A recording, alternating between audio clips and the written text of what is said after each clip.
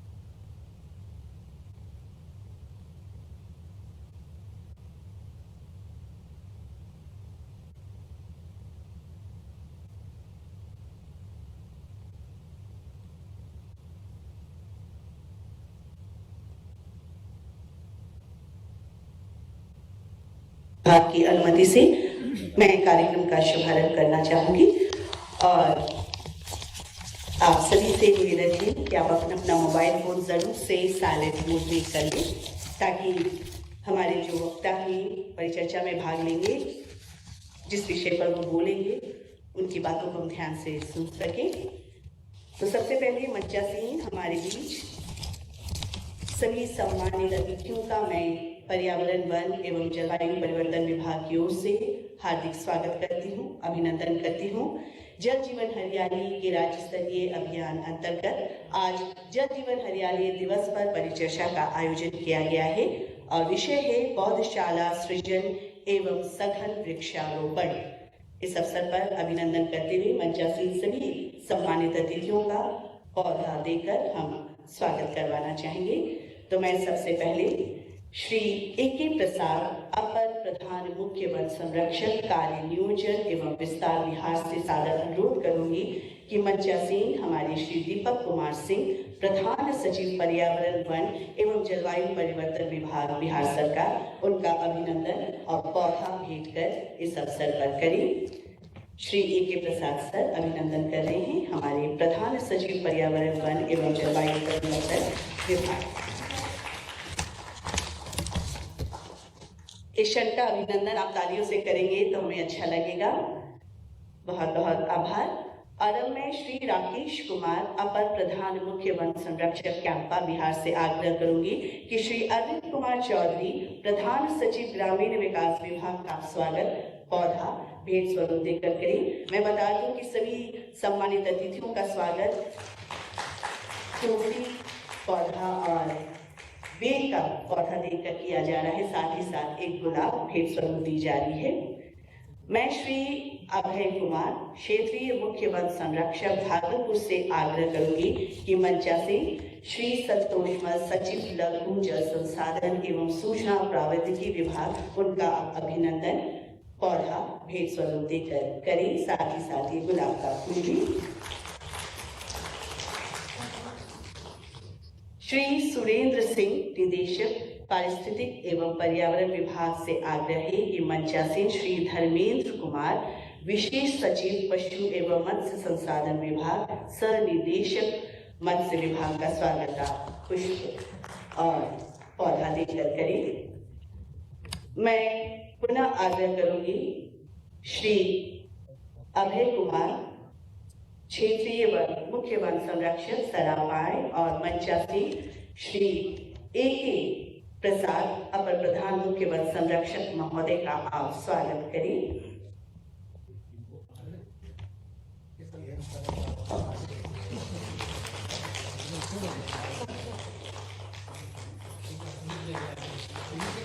जी, मैं पुनः आग्रह करूंगी श्री ए.एन. शरण सर का अभिनंदन, आप प्रधान मुख्य वन संरक्षक बिहार का स्वागत करें। पौधा और पुष्प देकर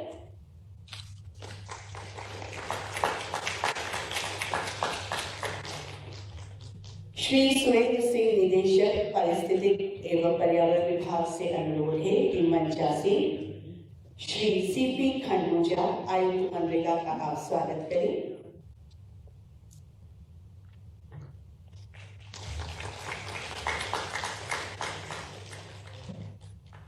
पौधा और पुष्प देकर श्री अभय कुमार, क्षेत्रीय मुख्य वन संरक्षक, भागलपुर से पुनः आग्रह है कि मंचासीन श्री राकेश कुमार, अपर प्रधान मुख्य वन संरक्षक महोदय का स्वागत आप पौधा और पुष्प देकर करें।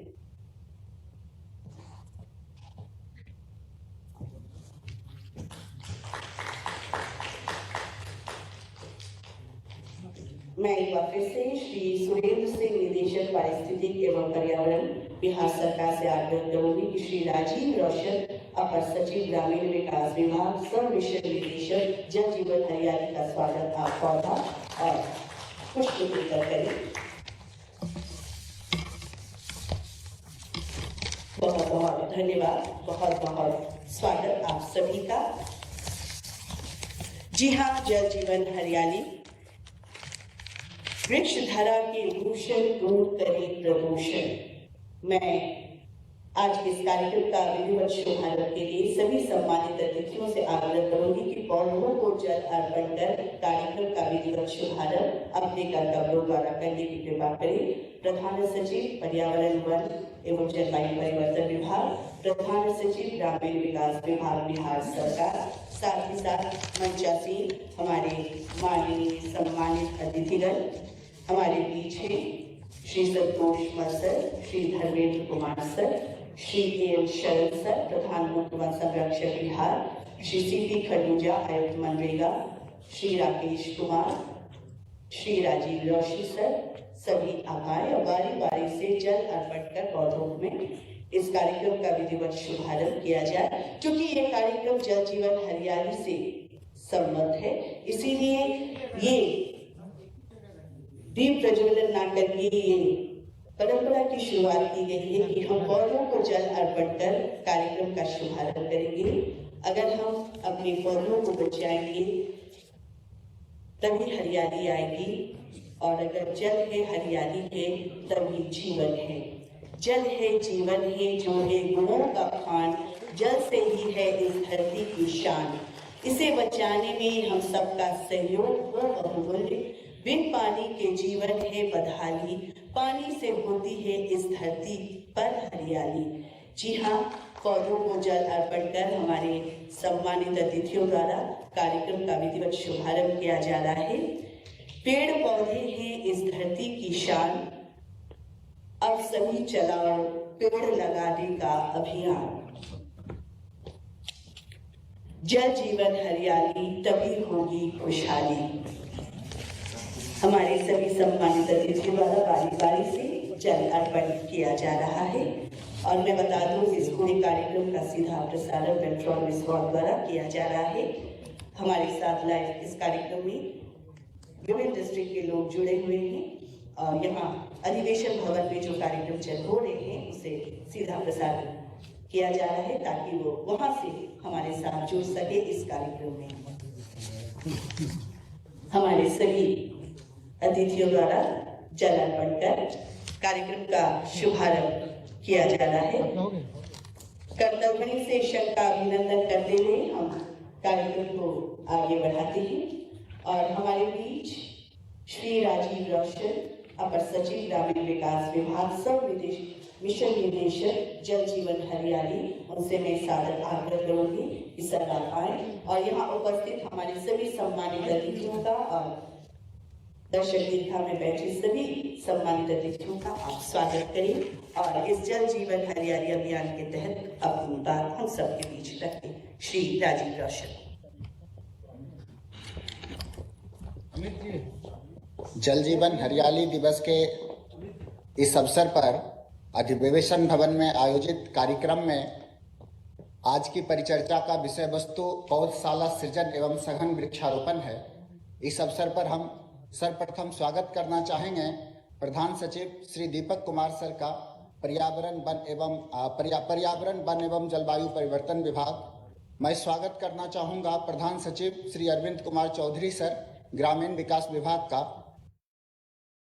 मैं स्वागत करना चाहूँगा सचिव लघु जल संसाधन विभाग श्री संतोष मल्ल सर का। साथ ही मैं स्वागत करना चाहूँगा निदेशक मत्स्य सह विशेष सचिव पशु एवं मत्स्य संसाधन विभाग और यहाँ उपस्थित प्रधान मुख्य वन संरक्षक, अपर प्रधान मुख्य वन संरक्षक एवं इस दीर्घा में उपस्थित हमारे सभी पदाधिकारीगण, श्रोतागण। मैं साथ ही स्वागत करना चाहूँगा वेबकास्टिंग के माध्यम से जुड़े सभी प्रमंडलीय आयुक्त, सभी जिला पदाधिकारी, उप विकास आयुक्त एवं जिला के अन्य पदाधिकारीगण एवं कर्मचारीगण का, जो इस परिचर्चा में बिहार के विभिन्न क्षेत्रों से जुड़े हुए हैं और जल जीवन हरियाली की अभियान की इस परिकल्पना को साकार करने में अपनी महत्वपूर्ण भूमिका का निर्वहन कर रहे हैं। साथ ही मैं स्वागत करना चाहूँगा बिहार के सभी नागरिकगण का, सभी जनप्रतिनिधियों का, जिन्होंने हरिताच्छादन के महत्व को समझा है, नर्सरी के माध्यम से पौधशाला सृजन करते हुए वृक्षारोपण में अपना महत्वपूर्ण योगदान दिया है। साथ ही मैं स्वागत करना चाहूँगा यहाँ प्रेस और मीडिया से उपस्थित हमारे सभी बंधुओं का, जिनके माध्यम से ये जागरूकता बिहार के जन जन में, देश के कोने कोने में फैली है। जैसा कि हम सब लोग जानते हैं कि जल जीवन हरियाली अभियान की परिकल्पना बिहार के द्वारा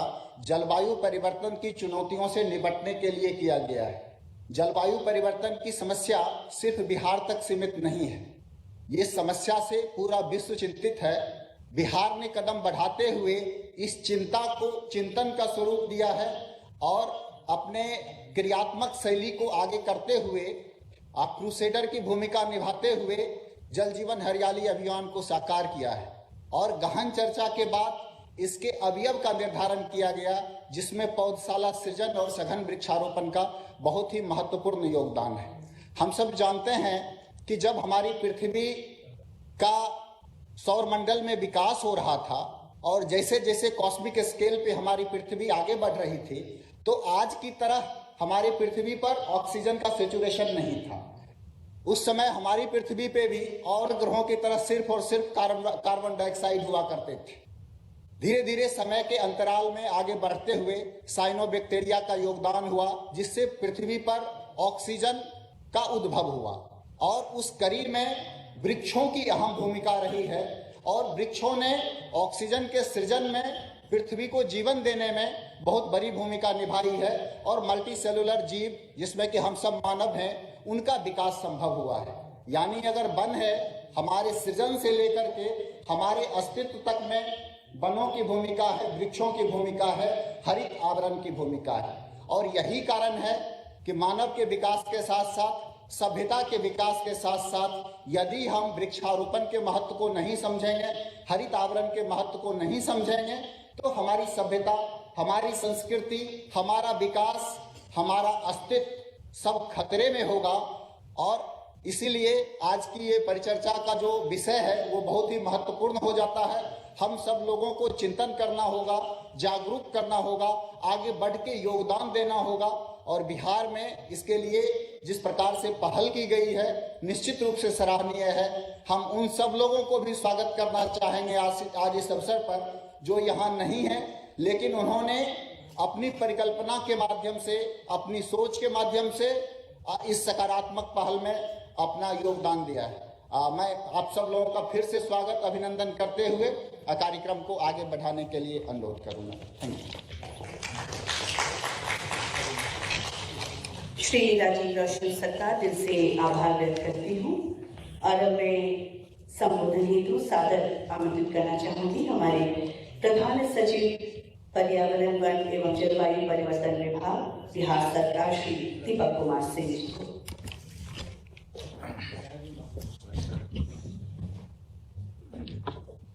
जल जीवन हरियाली दिवस प्रत्येक माह के प्रथम मंगलवार को मनाया जाता है। बीच में कोरोना के कारण कुछ दिनों तक ये बाधित हुआ था, लेकिन पुनः पिछले महीने से इसकी शुरुआत की गई है। आज जल जीवन हरियाली दिवस का जो कार्यक्रम यहाँ आयोजित हो रहा है, इसे वेबकास्टिंग के माध्यम से और सोशल मीडिया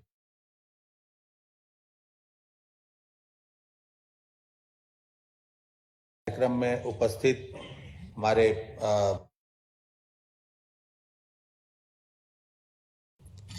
ग्रामीण विकास विभाग के प्रधान सचिव श्री अरविंद चौधरी, आईटी के और लघु जल संसाधन विभाग के सचिव श्री संतोष कुमार मल,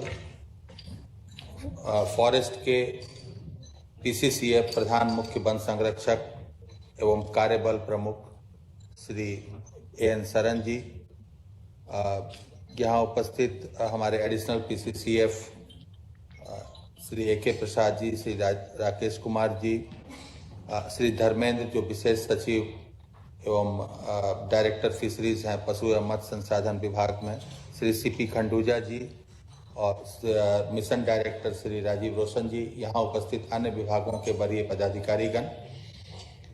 आज जल जीवन हरियाली दिवस का विषय पौधशाला सृजन एवं सघन वृक्षारोपण रखा गया है। इस विषय पर हमारे वक्तागण विभिन्न विभागों के, फॉरेस्ट डिपार्टमेंट और अन्य विभागों के लोग इसको बताएंगे।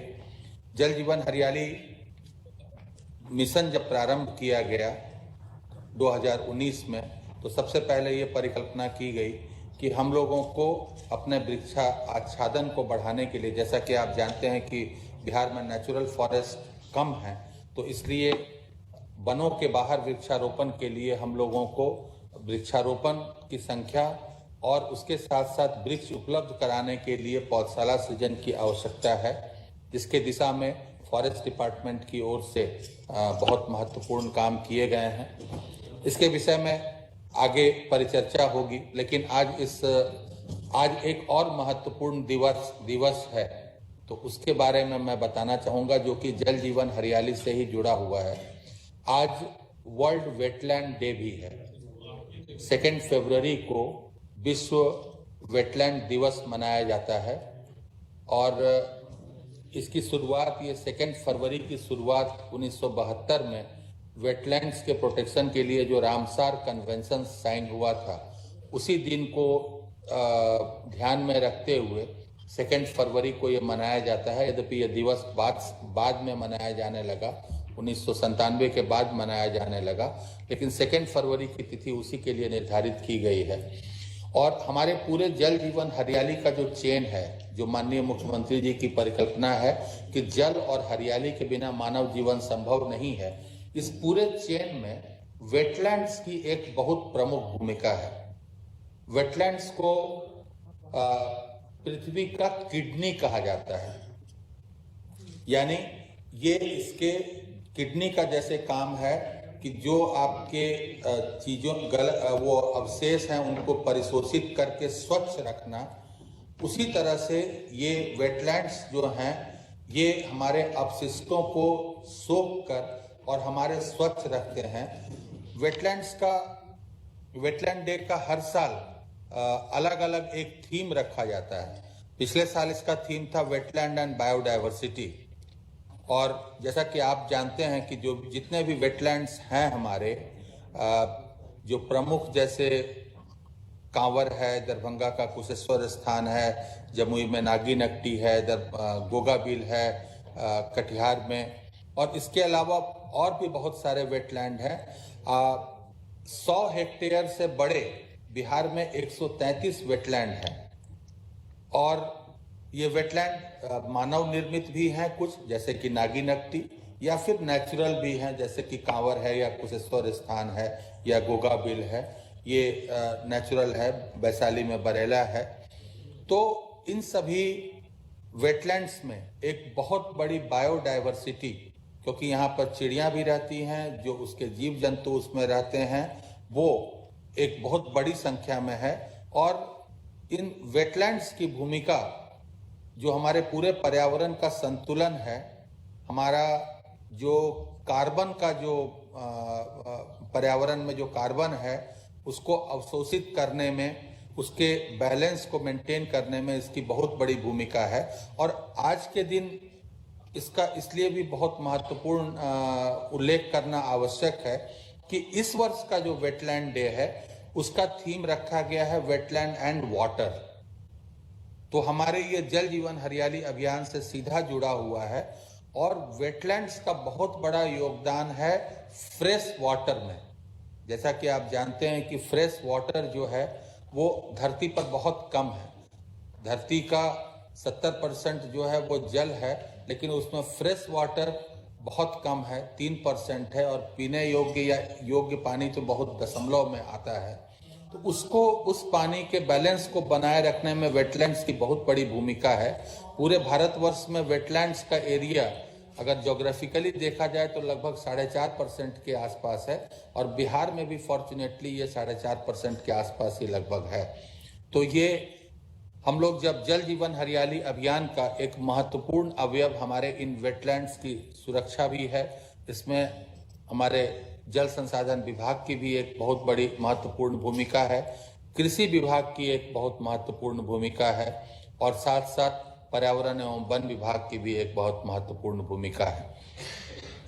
तो इनको आज हम लोग जो वर्ल्ड वेटलैंड्स दिवस के अवसर पर आज ये जल जीवन हरियाली दिवस कार्यक्रम भी आयोजित हो रहा है, तो ये वेटलैंड्स के महत्व को भी हमें सभी लोगों को समझना होगा। बहुत लोग ये समझते हैं कि वेटलैंड जो हैं, जिसको हम लोग यहाँ पे चौर, मन, बहुत तरह के नामों से जानते हैं बिहार में, ये एक तरह से वेस्ट लैंड है। पहले ये समझा जाता था कि ये वेस्ट लैंड है क्योंकि इसमें कुछ नहीं हो सकता, तो इसके जल को निकासी को करके इसे खेती के लिए यूज करना चाहिए। लेकिन ये सोने की अंडे देने वाली मुर्गी का पेट काटने के समान है, क्योंकि वेटलैंड्स जो हैं ये हमारे पूरे इकोलॉजिकल साइकिल में जो ग्राउंड वाटर का बैलेंस है उसको बनाए रखने में ये एक बहुत बड़ी महत्वपूर्ण भूमिका निभाते हैं।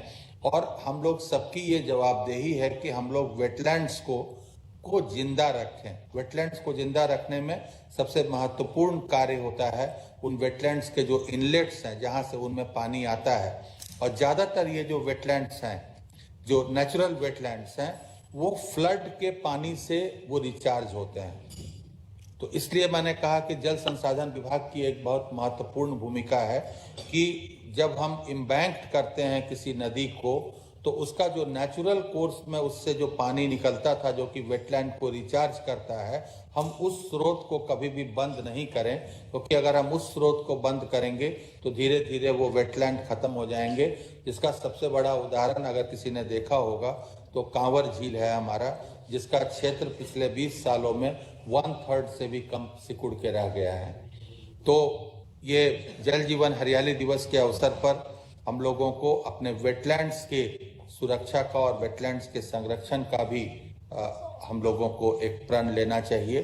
और आज जल जीवन हरियाली दिवस के अवसर पर मैं यहाँ उपस्थित सभी लोगों से अपील करूँगा और वेबकास्टिंग और सोशल मीडिया से जुड़े हुए और हमारे जितने भी बिहार के लोग हैं और बिहार के बाहर के लोग हैं, उन सभी से ये अपील करूंगा कि अपने आसपास हरियाली को बचाए रखने में और जल के संरक्षण में जितना भी योगदान दे सकते हैं वो एक बहुत बड़ा योगदान होगा। क्योंकि एक चीज़ हमें समझनी होगी कि क्लाइमेट चेंज अब कोई ऐसी चीज नहीं है जो बहुत दूर भविष्य की चीज रह गई है। आज से 20 सालों पहले ये लगता था कि क्लाइमेट चेंज एक ऐसी चीज है जो केवल कुछ वैज्ञानिक इसे समझते हैं, लेकिन आज क्लाइमेट चेंज एक ऐसी चीज है जिसका दुष्प्रभाव हर आम आदमी समझने लगा है और उस पर पड़ता है। और दूसरी महत्वपूर्ण बात हमें ये याद रखनी है कि क्लाइमेट चेंज एक ऐसी चीज है जो किसी सरकार के बलबूते नहीं है इसे काउंटर करना। जब तक हम हर व्यक्ति अपनी लाइफ स्टाइल और अपने काम करने के तरीके को नहीं बदलेंगे, काम करने का तरीका में सबसे बड़ा उदाहरण कृषि में हम जो अपना केमिकल का यूज़ कम से कम करके और जैविक खेती और जितना भी नेचुरल खेती हम कर सकते हैं उसका बढ़ावा देना, जल का संरक्षण करना, ये हर व्यक्ति को करना है और हर व्यक्ति की ये जवाबदेही है। और जब तक हर व्यक्ति ये नहीं करता है तब तक सरकार के किसी कार्यक्रम के द्वारा हम क्लाइमेट चेंज को काउंटर नहीं कर सकते हैं। तो हमें उम्मीद है कि यहाँ इस कार्यक्रम का मुख्य उद्देश्य लोगों में जागृति पैदा करना है और हम सभी ये प्रण लेंगे कि हम अपने आसपास के जल और हरियाली दोनों के संरक्षण में अपना पूरा योगदान देंगे। बहुत बहुत बधाई, धन्यवाद, जय हिंद।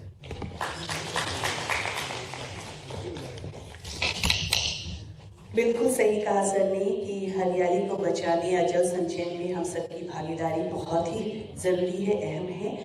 और मैं दीपक कुमार सिंह सर को, प्रधान सचिव पर्यावरण, वन एवं जलवायु परिवर्तन विभाग, उनका तहे दिल से धन्यवाद करती हूँ। और जैसे कि ये परिचर्चा का आयोजन किया गया है और जो विषय है पौधशाला सृजन एवं सघन वृक्षारोपण, और इस विषय पर हमारे विभिन्न विभागों के पदाधिकारीगण यहाँ मौजूद हैं, तो वो बारी बारी से हमारे बीच आएंगे और इस विषय पर अपने विचारों को हमारे पास रखेंगे। तो मैं इसी कड़ी में सबसे पहले सादर आमंत्रित करना चाहूंगी श्री अभय कुमार, क्षेत्रीय मुख्य वन संरक्षक भागलपुर, सर आप आए और आज जो परिचर्चा का आयोजन किया गया है पौधशाला सृजन एवं सघन वृक्षारोपण, इस विषय पर अपने विचार हमारे बीच रखें। श्री अभय कुमार।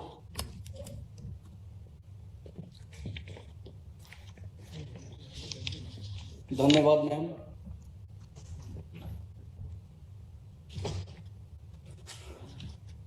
मंचासीन प्रधान सचिव जल संसाधन विभाग, प्रधान सचिव पर्यावरण वन एवं जलवायु परिवर्तन विभाग, प्रधान सचिव ग्रामीण विकास विभाग, सचिव लघु जल संसाधन विभाग, प्रधान मुख्य वन संरक्षक बिहार,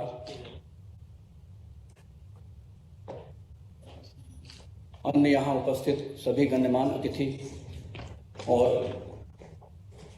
वीडियो कॉन्फ्रेंसिंग के माध्यम से जुड़े हुए सभी अतिथिगण,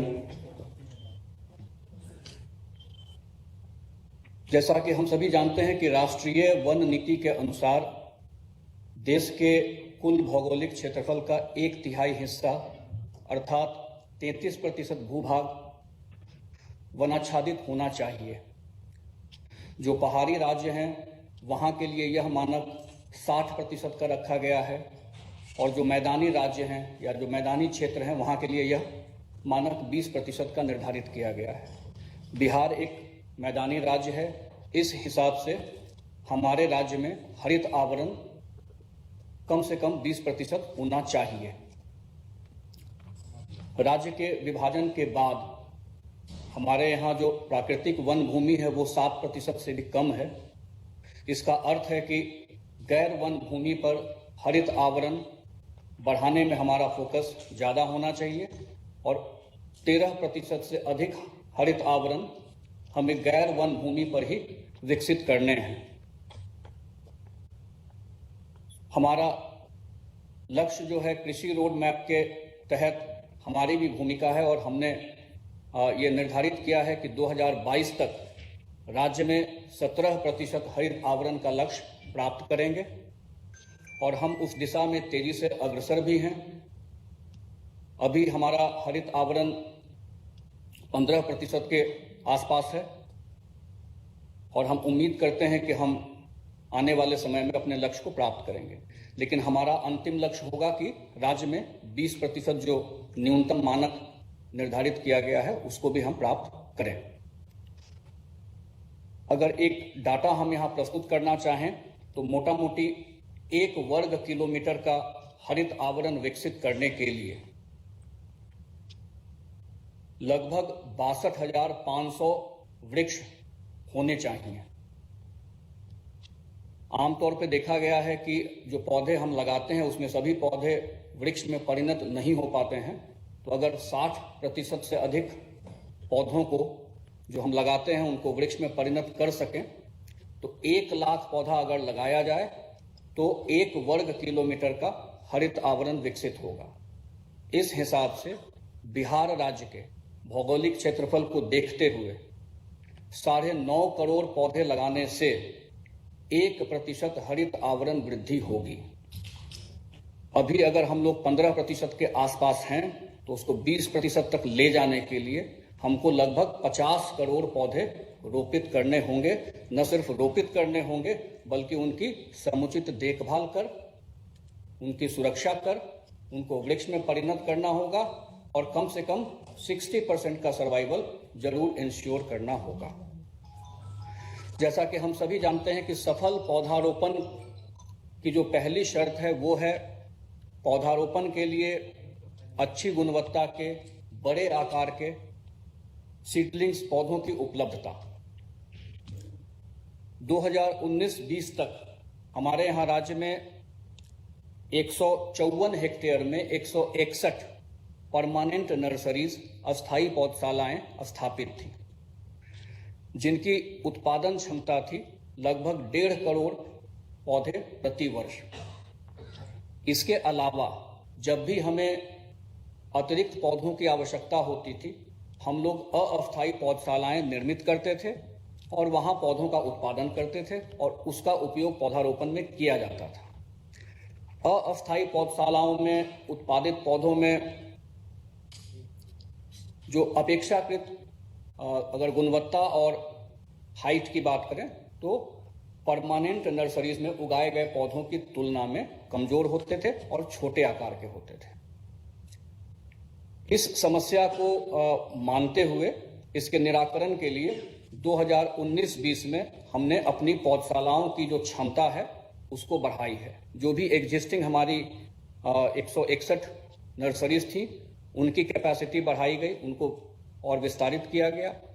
उसके अलावा 131 नई पौधशालाएं भी स्थापित की गई और आज की तारीख में हमारे पास कुल 292 अस्थायी पौधशालाएं हैं राज्य में और उत्पादन क्षमता उनकी 5 करोड़ पौधों से भी अधिक है प्रति वर्ष। यानी हमने अपनी उत्पादन क्षमता 3 गुना से ज्यादा विकसित की है पिछले 1 साल में।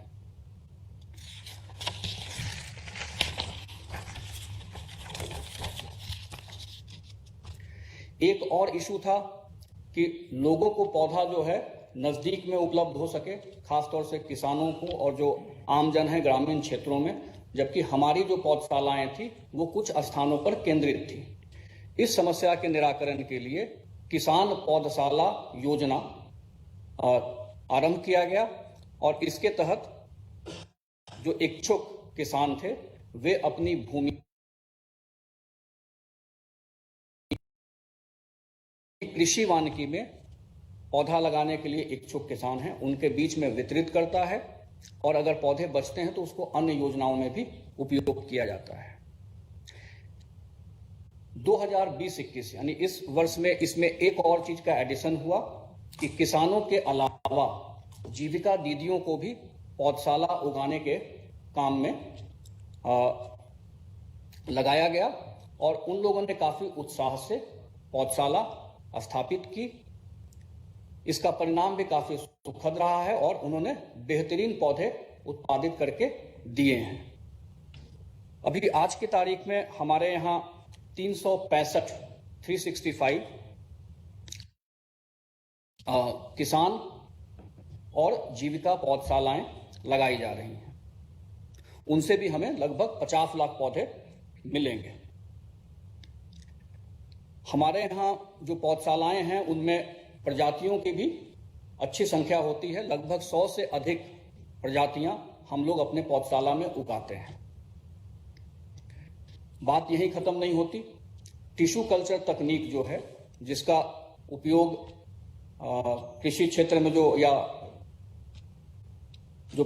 फलदार पौधे उगाए जाते हैं उसमें उसका उपयोग तो काफी किया जाता है, लेकिन वानिकी प्रजातियों के लिए इसका उपयोग अभी नहीं हो रहा है। इसमें भी हम लोगों ने अच्छा कार्य किया है।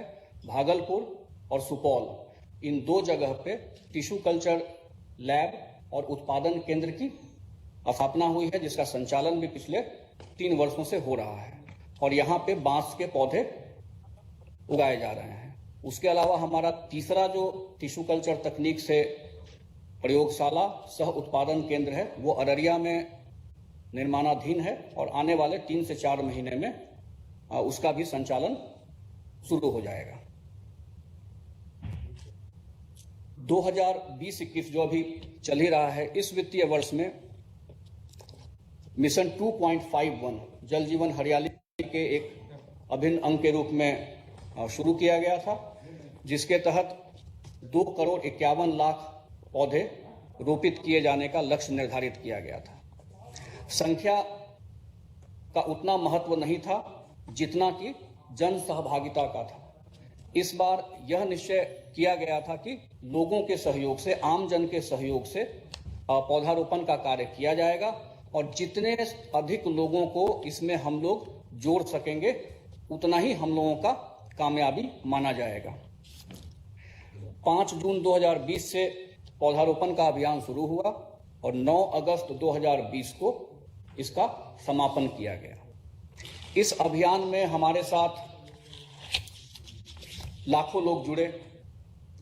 जितनी भी केंद्रीय संस्थाएं हैं, मिलिट्री और पारामिलिट्री फोर्सेस के लोग हैं, स्टेट गवर्नमेंट की जितने भी डिपार्टमेंट्स हैं, हमारे जो रिलीजियस इंस्टीट्यूशंस हैं, बड़े एनजीओज हैं, हमारे जो स्थानीय एनजीओज हैं, सभी लोगों की भूमिका रही है और सबसे अधिक अग्रणी भूमिका निभाई गई है जीविका दीदियों के द्वारा।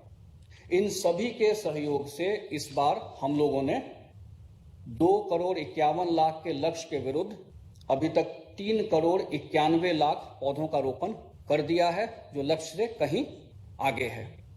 और यह भी तब हुआ जब 2020-21 हमारा कोरोना महामारी की वजह से बहुत सारे काम ठीक से नहीं हो पा रहे थे। यह भी इसमें गौर करने वाली बात है कि 3,91,00,000 में मात्र 1,40,00,000 पौधे वन विभाग के द्वारा लगाए गए, बाकी और पौधे अन्य विभाग अथवा आम जन के द्वारा ही लगाए गए हैं। इस बार प्रत्येक जीविका दीदी को उनकी इच्छा या उनकी मांग के अनुसार एक एक पौधा दिया गया, जिसको वो लगाएं और बढ़ाएं। 70 लाख पौधे जीविका दीदियों के द्वारा इस बार लगाए गए हैं। कृषि वानिकी हमारी जो योजना है, उसके तहत हम लोग किसानों को 10 रुपया प्रति पौधा की दर से सुरक्षित राशि लेकर, ये उसका कोई मूल्य नहीं है, सुरक्षित राशि लेकर पौधा उपलब्ध कराते हैं। उन पौधों को जब वो देखभाल करके 3 साल तक सुरक्षित रखता है, तो 3 साल के बाद उनको 60 रुपए का प्रोत्साहन राशि प्रति जीवित पौधा दिया जाता है, और साथ में जो सुरक्षित राशि 10 रुपए वाली ली जाती है वो भी वापस कर दी जाती है। अर्थात 3 साल के बाद उनको 70 रुपया प्रति पौधा वापस मिल जाता है। इस बार इस योजना में हजारों किसानों ने भाग लिया और उनके द्वारा 21,50,000 पौधों का रोपण किया गया है। वन क्षेत्र के आसपास के जो ग्रामीण इलाके हैं, वहाँ पे भी जो फैमिलीज हैं उनको एक एक पौधा या 2-2 पौधा वितरित किया गया है, फलदार पौधे, और इस तरह से उनके द्वारा 2.5 लाख पौधे लगाए गए। पौधों की सामान्य बिक्री भी हमारे पौधशाला से की गई है। 10 रुपया मात्र पे पौधा वहां उपलब्ध होता है। पौधा लोगों को बड़ी आसानी से मिल सके, इसके लिए चलंत बिक्री केंद्र 1 महीने तक बरसात के मौसम में हम लोगों के द्वारा चलाया गया, जो अलग अलग इलाकों में घूम घूम कर लोगों को पौधा उपलब्ध कराने का काम कर रहा था। उनके द्वारा भी 5 लाख पौधे लगाए गए हैं। इस प्रक्रिया में जो हमारे सेंट्रल ऑर्गेनाइजेशंस हैं, जो हमारे मिलिट्री और पारामिलिट्री ऑर्गेनाइजेशंस हैं, उनके द्वारा भी 8 लाख से अधिक पौधे रोपित किए गए हैं।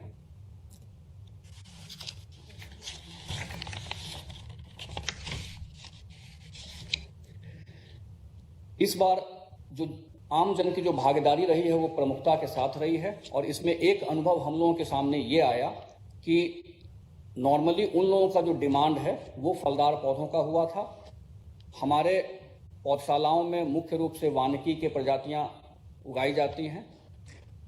फलदार पौधों की मांग को देखते हुए हम लोगों ने हर संभव प्रयास किया कि उनकी इच्छा के अनुरूप पौधे उनको उपलब्ध कराए जाएं। इसके लिए हमने कृषि महाविद्यालय सबौर से, उद्यान विभाग से, और इवन जो प्राइवेट जो निजी नर्सरी ग्रोअर्स हैं उनसे फलदार पौधे खरीदे और खरीद कर उन लोगों को उपलब्ध कराया। लेकिन फिर ये बात जब हम लोगों को जहन में आई, तो फिर इस बार जो है सो हम लोग अपनी पौधशाला में पर्याप्त संख्या में फलदार पौधे भी उगा रहे हैं, ताकि इस बार हम लोग खुद से पौधों की आपूर्ति कर सकें। पूरे साल जो है हम लोगों के इस पौधारोपण अभियान में लोगों को जोड़ने के लिए हर संभव प्रयास किया गया। सोशल मीडिया पर, अखबार के माध्यम से, टेलीविजन के माध्यम से, रेडियो पर छोटे छोटे विज्ञापन बनाए गए, जिंगल्स बनाए गए। इवन नुक्कड़ नाटक का भी प्रस्ताव था, हम लोगों का सब तैयारी भी पूरी कर ली गई थी, लेकिन कोरोना की वजह से वो हम लोग क्रियान्वित नहीं कर सके। इस बार उसको भी जो है सो प्रचार प्रसार में हम लोग यूज करेंगे। पिछली बार एक और जो कंपोनेंट था जिसका हम लोग अपेक्षा के अनुरूप हम लोगों को वो सहयोग नहीं मिल सका, वो था शिक्षण संस्थाओं का, विद्यार्थियों का और एनसीसी कैडेट्स का। इसका भी प्रमुख कारण कोरोना ही रहा। इस बार जो स्थिति बन रही है उस हिसाब से हम लोग उम्मीद करते हैं कि आने वाले समय में उन लोगों को भी हम लोग इन्वॉल्व कर पाएंगे, और इन सब को अगर हम लोग इन्वॉल्व करते हैं तो हमको लगता है कि 5 करोड़ का जो हमारा लक्ष्य मिशन 5.0 इस बार रखा गया है वो बहुत आसानी से पूरा हो जाना चाहिए। अंत में 2 बातें और हम कहना चाहेंगे कि एक बात ये देखी गई है कि किसान या जो आम जन होता है उनका पौधा रोपण में एक मेन उद्देश्य होता है आर्थिक लाभ लेना। अगर हम पेड़ लगाते हैं तो कल हमको उससे कुछ ना कुछ प्रॉफिट भी होगा। उन तक तो ये बात सही है, होना भी चाहिए। इससे होता यह है कि महज 5-6 प्रजातियां ही उन लोगों के द्वारा डिमांड की जाती हैं और हम लोग वही उनको उपलब्ध कराते हैं। एक बात यह भी है कि जो सरकारी संस्थान होते हैं या और जो सरकारी भूमि पर वृक्षारोपण किया जाता है, वहां भी ये चीज गौर की जा रही है कि वो लोग भी वही 5-6 जो पॉपुलर स्पीसीज हैं इकोनॉमिक पॉइंट ऑफ व्यू से, उन्हीं का डिमांड करते हैं और उन्हीं को लगाना चाहते हैं।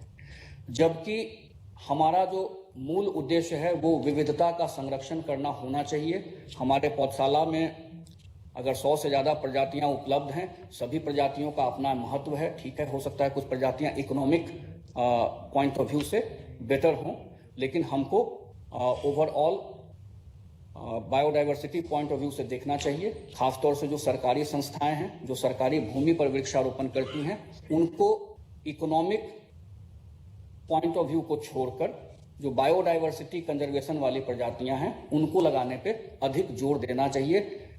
इस बार हम लोग उम्मीद करेंगे कि ये बात उनके द्वारा ध्यान में रखी जाएगी।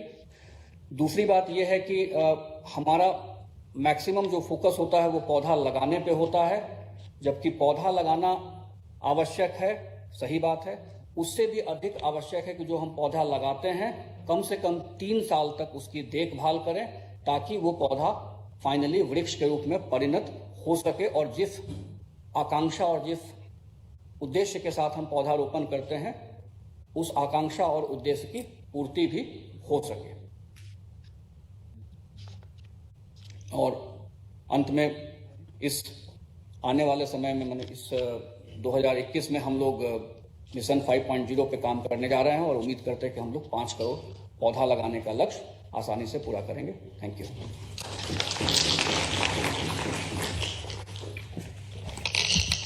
श्री अभय कुमार, क्षेत्रीय मुख्य वन संरक्षक भागलपुर, जिन्होंने आज के इस परिचर्चा के विषय पर बहुत ही विस्तार से अपनी बात हम सबके बीच रखी। सर को मैं तहे दिल से धन्यवाद करती हूँ। और अब मैं आमंत्रित करना चाहूंगी श्री दिलीप अग्रवाल, विशेष कार्य पदाधिकारी, ग्रामीण विकास विभाग, बिहार सरकार। विषय है पौधशाला सृजन एवं सघन वृक्षारोपण। आप सभी पदाधिकारियों से निवेदन है कि संक्षेप में अपनी बात को रखें, ताकि जो भी हमारे पदाधिकारी इस विषय पर बोलने वाले हैं सबको सही समय मिल सके। श्री दिलीप अग्रवाल।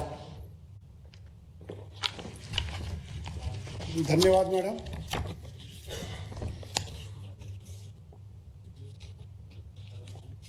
आज इस कार्यशाला में उपस्थित माननीय प्रधान सचिव पर्यावरण वन एवं जलवायु परिवर्तन विभाग, हमारे अभिभावक प्रधान सचिव ग्रामीण विकास विभाग, प्रधान सचिव जल संसाधन विभाग, सचिव लघु जल संसाधन विभाग, मनरेगा आयुक्त, मुख्य वन संरक्षक पदाधिकारी, अपर मुख्य वन संरक्षण पदाधिकारी, मंचासीन अन्य पदाधिकारीगण, मीडिया बंधुओं एवं देवियों सज्जनों, यह मेरे लिए व्यक्तिगत रूप से अति प्रसन्नता का विषय है कि मुझे इस कार्यशाला में भाग लेने का अवसर प्राप्त हुआ है। मित्रों, सबसे पहले हम महात्मा गांधी की उस उक्ति से आरंभ करेंगे जिसमें उन्होंने कहा था कि हमारी पृथ्वी से हमें जितना कुछ भी मिलता है वह हमारे जीवन के लिए पर्याप्त है, पर हमारे लालच के लिए नहीं। इस पंक्ति में पृथ्वी और जीवन 2 शब्दों को रेखांकित किया गया है। पृथ्वी का अर्थ है नदी, पहाड़ों, वनों एवं जैव विविधता से परिपूर्ण यह धरती, जिसके आनंद में ऋषि मुनियों ने वेद वेदांगों, आरण्यक उपनिषदों, काव्यों एवं महाकाव्यों की रचना की थी, और जिसके कानन में हमारे गुरुकुल संचालित होते थे, जहां से वीर अर्जुन, योगेश्वर कृष्ण और मर्यादा पुरुषोत्तम श्री राम का सा जीवन विकसित हुआ था। इस पंक्ति में ऐसे पृथ्वी और ऐसे जीवन की कल्पना की गई है। मित्रों, सघन वृक्षों एवं वनों के महत्व को आचार्य चाणक्य ने भी स्वीकार किया था। उन्होंने कहा था कि वन हमारे शत्रुओं के लिए एक प्राकृतिक अवरोध के समान है। तमिल साहित्य में भी वन क्षेत्रों को मुलाई तथा उनके संरक्षक देवता को मेयन कहते हुए उनकी आराधना की गई है। महाभारत के शांति पर्व में यह बताया गया है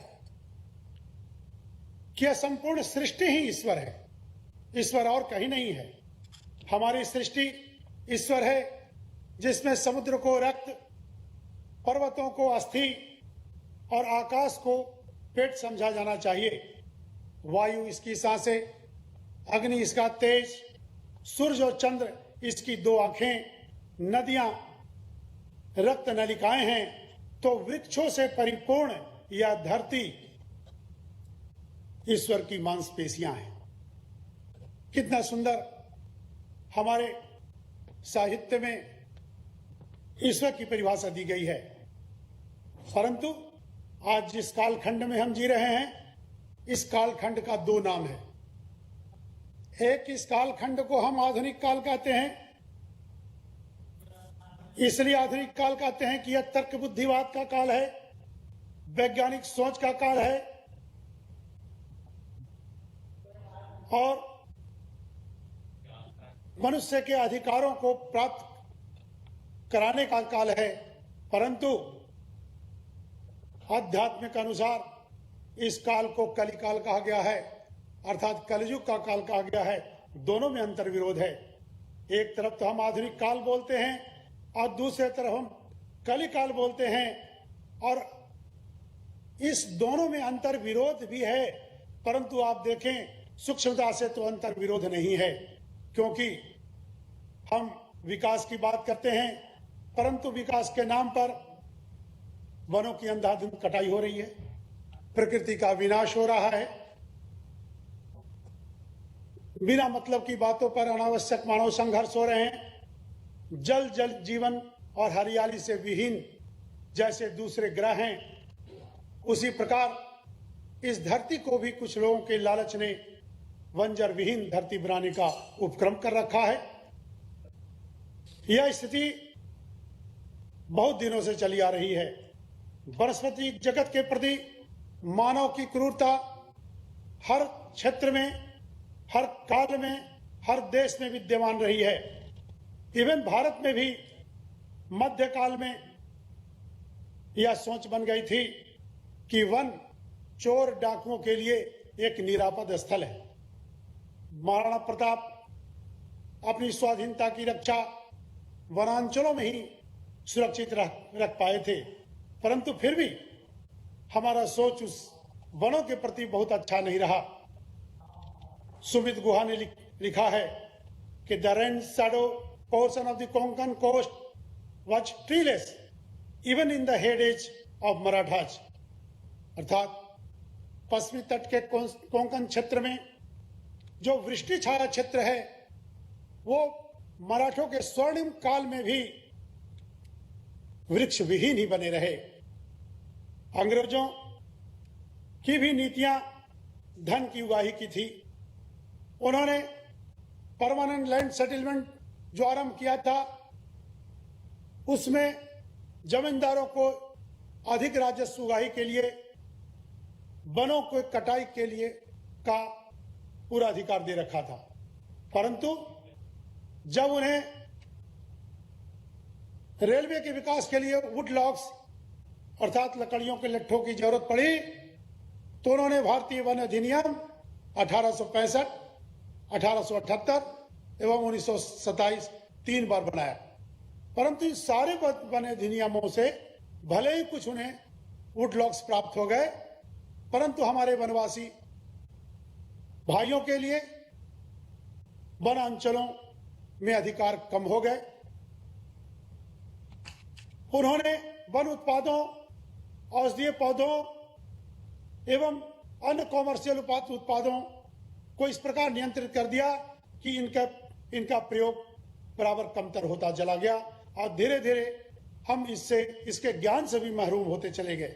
मित्रों, आज हम संकट में हैं। यदि हम भारतवर्ष की बात करें तो यह दुनिया भर के भूखंड का 2.4% है, जबकि आबादी 17% है।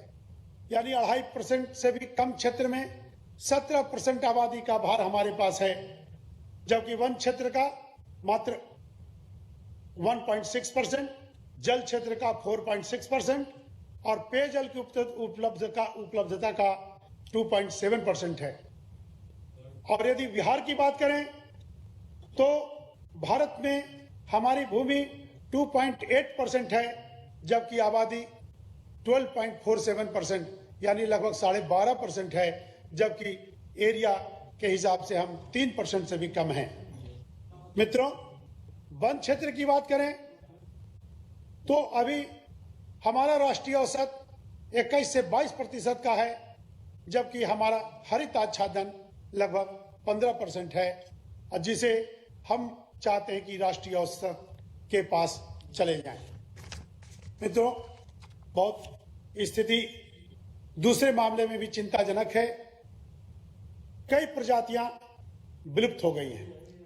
केवल भारत की बात करें तो वन्य जीवों के मामले में 28 प्रजातियां विलुप्त हो चुकी हैं, 24 विलुप्ति के कगार पर हैं, 81 विलुप्ति का संकट है यानी वल्नरेबल हैं, 180 प्रजातियां बहुत कम देखी जा रही हैं और 164 प्रजातियां अपर्याप्त रूप से देखी जा रही हैं।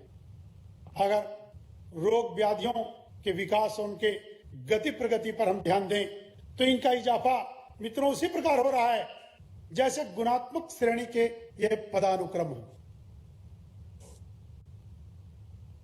इन व्याधियों से निपटने के लिए पादप जगत हमें औषधीय वनस्पतियों को उपलब्ध कराता था, जिसका प्रभाव तो था परंतु कोई कुप्रभाव नहीं था। पर आज की चिकित्सा प्रणाली इन औषधीय गुणों वाली पौधों से दूर हो रही है। फलतः मानव जीवन का अस्तित्व खतरे में पड़ता जा रहा है। इन समस्याओं का इलाज है कि फिर से हम सघन वृक्षारोपण की ओर लौट चलें। इन सघन वृक्षारोपण हेतु तैयार किए जा रहे पौधशालाओं में औषधीय पौधे भी हों और रोगनाशक पत्र पुष्पादि के सृजन की भावना भी हो। तभी 2 अक्टूबर 1919 से आरंभ किए गए इस जल जीवन हरियाली मिशन और जिसमें बिहार सरकार के 14 विभाग लगे हुए हैं, इनका आशय, इनका लक्ष्य सफलीभूत हो सकेगा। आइए हम इसके बारे में कुछ तुकबंदियों के सहारे के माध्यम से भी आपको संदेश देना चाहते हैं। औषधीय गुणों से भरपूर है यह वन, औषधीय गुणों से भरपूर है यह, सब रोगों का निदान है, वनस्पति तेलों का भंडार यहाँ जैव विविधता का प्रमाण है। मित्रों, कबीरदास के शब्दों में उनकी